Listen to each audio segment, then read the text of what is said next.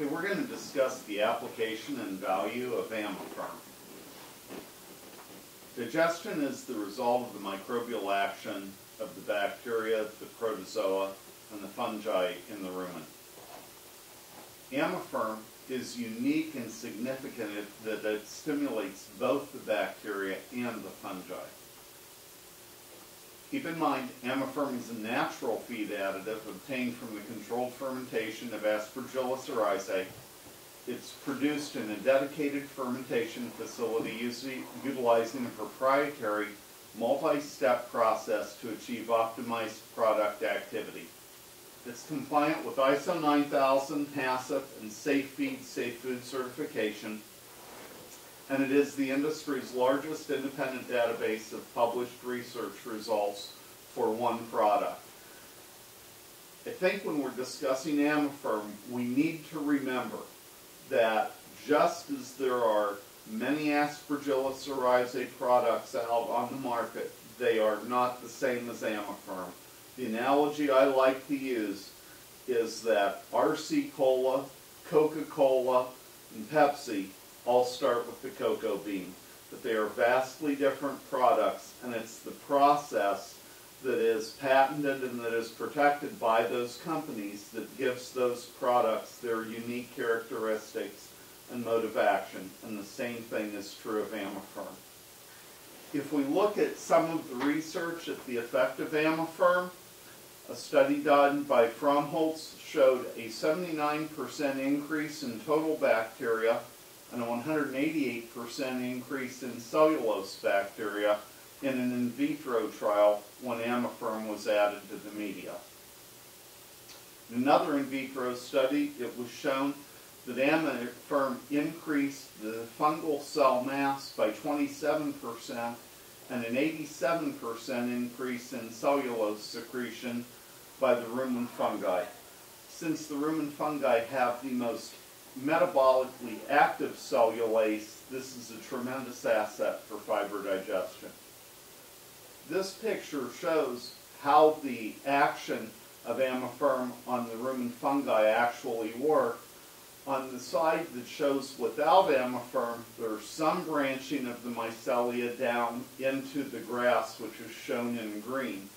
But with Amaferm, the fungal mass and the branching of the mycelia are greatly enhanced, and the little red dots indicate bacteria which adhere to the fungi as they're going into the forage. It's important to understand that the reason Amaferm acts so effectively is that forages are digested from the inside to the outside, because that outside of the forage has a waxy cuticle layer that the bacteria cannot attach to. This scanning electron micrograph shows this branching of the mycelia even more clearly. Just another example to keep in mind, at the end of these mycelia, the mycelia themselves are releasing enzymes that degrade the cellulase and are greatly enhanced by the Amaferm. So, Amaferm uniquely stimulates the bacteria and the fungi, which lead to maximized fiber digestion, and increased lactate uptake by the rumen bacteria for pH stabilization, an increased microbial protein for improved feed efficiency, increased volatile fatty acids that are taken to the liver and converted to energy, and reduced impacts of heat stress. If we look at fiber digestion, ruminant animals need to maximize fiber digestion in order to increase performance, such as average daily gain, milk production, and increased conception rates. This graph shows how Amaferm increases both the rate of digestion and the extent of digestion. The orange line, which is the Amaferm treatment, and the gray line, which are the control. If we look in the first 24 hours along the axis at the bottom of the slide, between 0 hours and 24 hours after feeding, Amaferm increases the digestibility of the feed. This is called rate, and during the first 24 hours, this increase is rather dramatic. It takes the percent disappearance from about 15% to 30%. Out at about 36 to 48 hours, we start looking at extent of digestion in the ruminant animal. And as you can clearly see, Amaferm has resulted in both an increase of the rate of digestion and the extent of digestion. From the animal's energy standpoint, the importance of this is that the faster that forage can get out of the rumen and be digested and broken down, the more the animal can eat. So the more energy it can consume and the more microbial protein that is produced. If we look at several studies that have looked at the effect of Amaferm on NDF degradation, we can see that on a variety of feed sources, we're getting roughly somewhere between 10 and 30% increase in digestibility. The importance of this slide to me is not the actual percentage increase, it's that consistent increase across a wide variety of forages. So let's look at the factors that affect pH in the rumen, because one of the impacts of Amaferm is a stabilizing of rumen pH. And why is that important? On a forage-based diet, we want to keep the pH up above 6 for as much of the day as possible, because when the pH of the rumen falls below 6, fiber digesting bacteria tend not to adhere and fiber digestibility decreases. On a grain-based diet, we can run into instances of lactic acidosis with a low rumen pH. So the type of diet makes a difference. On a grain-based diet, where we have about 8 to 10 billion bacteria per milliliter of rumen contents, digestion is very rapid. When we have a rapid digestion on a grain-based diet, the rumen pH often falls into the low 6 range. On a forage-based diet, where we have about 1 to 3 billion bacteria per milliliter of rumen contents, digestion occurs more slowly, and rumen pH should be in that 6 to 7 range. So let's look at particle size. A decrease in particle size decreases rumen pH, because decreased particle size actually means more surface area, and since bacteria digest by adhering to the surface of a feed particle, it creates a more rapid digestion. Also, with the decreased particle size, we get less rumination and regurgitation, so we have less saliva production. Since saliva produces sodium and potassium salts and carries them into the rumen, we have less of a buffering capacity with a smaller particle size. Also, with the smaller particle size, we get an increased rate of passage out of the rumen and the reticulum. When we get this increased rate of passage, we actually select for those bacteria that produce propionate relative to acetate. Propionate's a slightly stronger acid than acetate, and this increase in propionate production drives down rumen pH. From an intake standpoint, increased intake results in a decreased rumen pH simply because we have more feed, sometimes called substrate, in the rumen for the bacteria to attach to. And finally, frequency of feeding. If we increase the frequency of feeding, we increase rumen pH because the animal eats multiple meals throughout the day, so there is less feed consumed at any one time. And quite frankly, when an animal eats multiple meals, they get more saliva than when you feed one meal. A lot of research has shown that animals that are fed one time per day tend to gulp their feed, and there's less saliva per unit of feed that's actually swallowed in one time a day feeding. So, multiple times a day feeding actually results in more saliva. The other thing it does is it puts less substrate in the rumen at any one point in time, so even if it's digested, the rumen pH does not go as low. These graphs show the impact of Amaferm relative to a control diet on rumen pH. With Amaferm in this study, the rumen pH stayed at 6.02. On the control diet, the rumen pH was 5.85. Well, you have to understand that pH is on a log scale.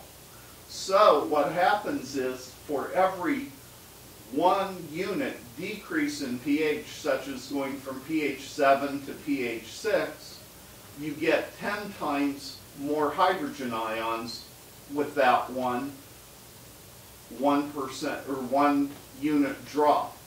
So from a hydrogen ion standpoint, there are many more hydrogen ions on the control diet at 5.85 than at pH 6.02. So this is metabolically a pretty significant difference to the animal. Let's look at Amaferm's effect on microbial protein and look at why microbial protein is needed. Microbial protein is needed to provide amino acids that are absorbed by the animal in the small intestine. With ruminants, it's actually this microbial protein that provides about 55 to 80% of the amino acids that the animal actually absorbs, which means that a very small percentage of feed protein actually reaches the small intestine intact. Any protein from any feed source that is degraded in the rumen goes to ammonia, and this is used by the bacteria to grow. Since microbial protein, as I said, typically provides about half to 80% of the amino acids supplied to the small intestine and used by the animal, the impact of Amaferm on average increasing microbial protein production by about 15% also means that there are about 15% more bacteria in the rumen to digest feed. This study, which was done on summer grass in the Dakotas, looked at microbial protein synthesis on native range during the months of June, July, and August. During this period of time, which is very hot in the summer on native range, the increase in microbial protein production with Amaferm was significant. I think this is one of the importance of this is that on many pasture situations where protein may be limiting for animal growth, having an increase in microbial protein available to the small intestine actually improves performance. In this, there was a 40% increase on average. Since Amaferm stimulates bacterial numbers and bacterial enzyme activity as well as fungal enzyme activity, we get a result of more volatile fatty acid production. The major volatile fatty acids produced by the rumen microorganisms are acetate, propionate, and butyrate. Acetate is the starting point of milk fat, seam fat, and back fat. Milk fat is obvious. It goes to energy source for the calves in a beef situation and is a valuable component of milk in a dairy situation. Back fat's something that's often overlooked in beef production, but when we're looking at body condition scores, we're really looking at back fat production. Propionate is used for energy by the animal, and increasing its production enhances nutrient uptake by tissues, resulting in an increase in marbling. An increase in propionate production also increases average daily gain and feed efficiency. Butyrate is known to increase the papillae in the rumen, which is needed for increased nutrient uptake, and it increases the health of the epithelial cells lining the large intestine, which is important to help that animal ward off any pathogenic attacks. In this study, where they looked at the impact on VFA, there are two main areas that I want to point out. Amaferm does increase total VFAs. But if we look down at the bottom, the acetate to propionate ratio, Amaferm actually increases the acetate to propionate ratio, which means it increases acetate relatively more than propionate when it's fed. From my standpoint, this is one of the most important things for beef cows where we are looking to maintain body condition. Remember, acetate goes to back fat. And where we're trying to provide additional energy for those calves who are nursing the cows. This is especially important in the case of a newborn calf. Those calves that are a few days old up to a month or 6 weeks of age that are getting the majority of their nutrients from milk that are not yet consuming forage. Let's look at the effects of Amaferm on heat stress. A summary of studies have shown that animals fed Amaferm consumed more feed, had higher water intakes, had lower body temperature, and produced more milk. Amaferm has several impacts on these physiological effects so that the producer sees improved feed efficiency, as shown in several studies. On average, somewhere between 6 and 7.5%. An improvement in average daily gain. And these were feedlot studies, largely receiving studies. And more milk. This graph shows 32 studies with milk at all stages of production. In general, Amaferm has averaged somewhere between 4.5% and 5% increase in milk production. So let's look at the economics of Amaferm. Ruminants uniquely ferment fiber components into energy and nutrients. So I'm just going to go through this.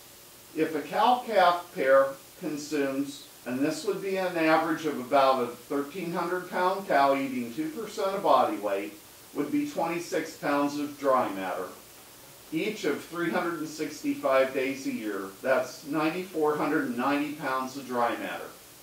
A 600-pound calf eating 2% of its body weight is about 12 pounds, times 205 days is 2,460 pounds.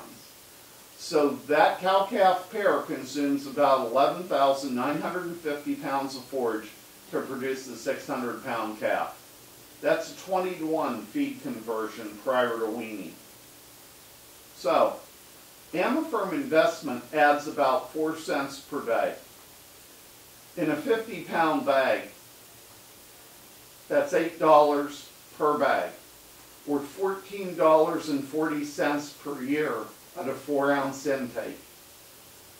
When we look at the improvement in feed utilization at a $360 per year annual feed cost, a 10% improvement in feed efficiency or feed utilization is $36 in savings.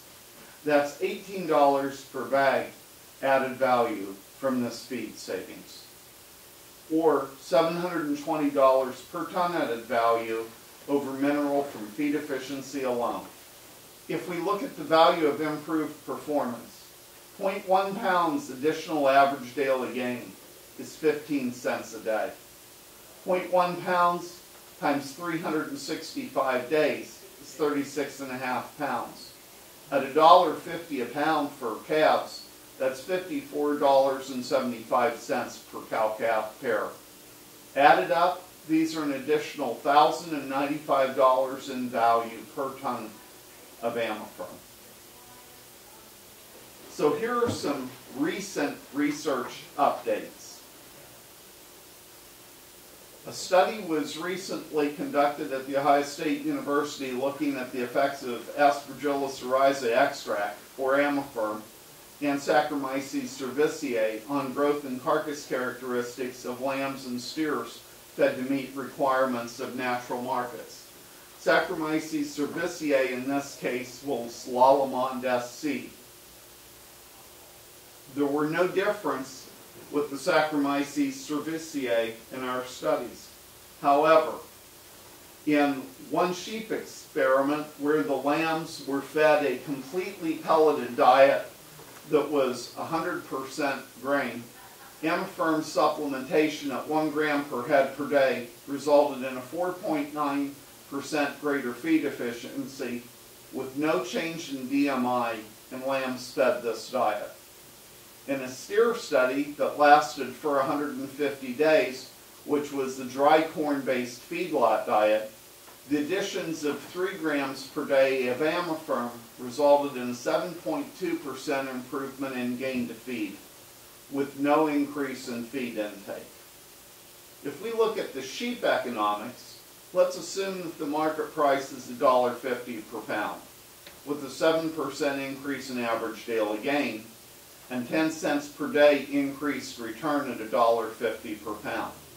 The net is 8 cents per day at Amaferm cost at 2 cents per day, a 5-to-1 return on investment.